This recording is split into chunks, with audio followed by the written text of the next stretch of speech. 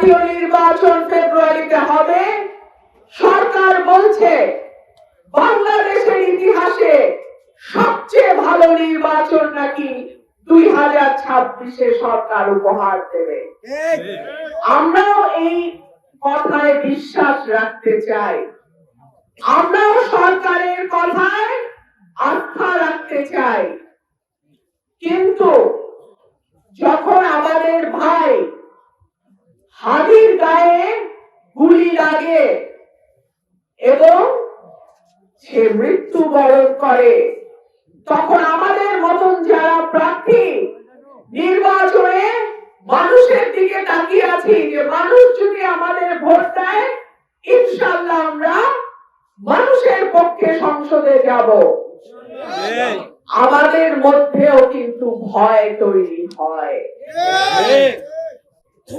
শোনা যায় 50-60 জন এমপির তালিকা নাকি তৈরি করা হয়েছে পরিবেশ অস্থিতিশীল করবার জন্য, তাদের উপরে হামলা করা হবে। আমি পরিষ্কার বলতে চাই, হায়াত মৌতের মালিক আল্লাহ, হেফাজত করার মালিক আল্লাহ, কিন্তু তাই বলে সরকার তার দায় এড়াইতে পারে না। ওসমান হাদির মৃত্যুর দায় সরকারকে নিতে হবে। বাংলাদেশে আইন শৃঙ্খলা পরিস্থিতি, বিশেষ করে ঢাকা শহরে আইন শৃঙ্খলা পরিস্থিতির যে অবনতি হয়েছে সেই দায় এই সরকারকে নিতে হবে। এবং আমি সরকারকে আহ্বান জানাবো, জাতীয় নির্বাচনের আগে কার কার বাড়িতে অবৈধ অস্ত্র আছে, কার কার হেফাজতে অবৈধ অস্ত্র আছে, সেইগুলো আপনারা খুঁজে বের করেন।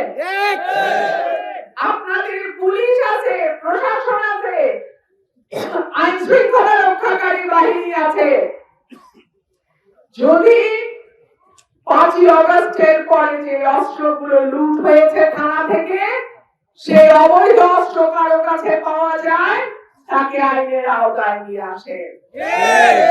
পরিষ্কার বলে দিতে চাই, 26-এর নির্বাচনে যারা প্রার্থী হবে, যারা ভোটার আছে, যারা প্রার্থীর পক্ষে মাঠে কাজ করবে, প্রত্যেক মানুষের নিরাপত্তার দায়িত্ব সরকারকে নিতে হবে। আমার নেতাকর্মী, আমার এলাকার মানুষ তাদের ভালোবাসা, শ্রম, টাকা, পরিশ্রম সবকিছু দিয়ে আজকে আমাকে আপনাদের মাঝখানে উপস্থিত করেছে। সুতরাং আমার এলাকার মানুষের সিদ্ধান্তই রুমিন ফারহানার চূড়ান্ত সিদ্ধান্ত। ভাই ও বোনেরা, আমি যা বলি আমি তাই করি। এটা ভালো হইলে ভালো, মন্দ হইলে আমার কিছু করার নাই।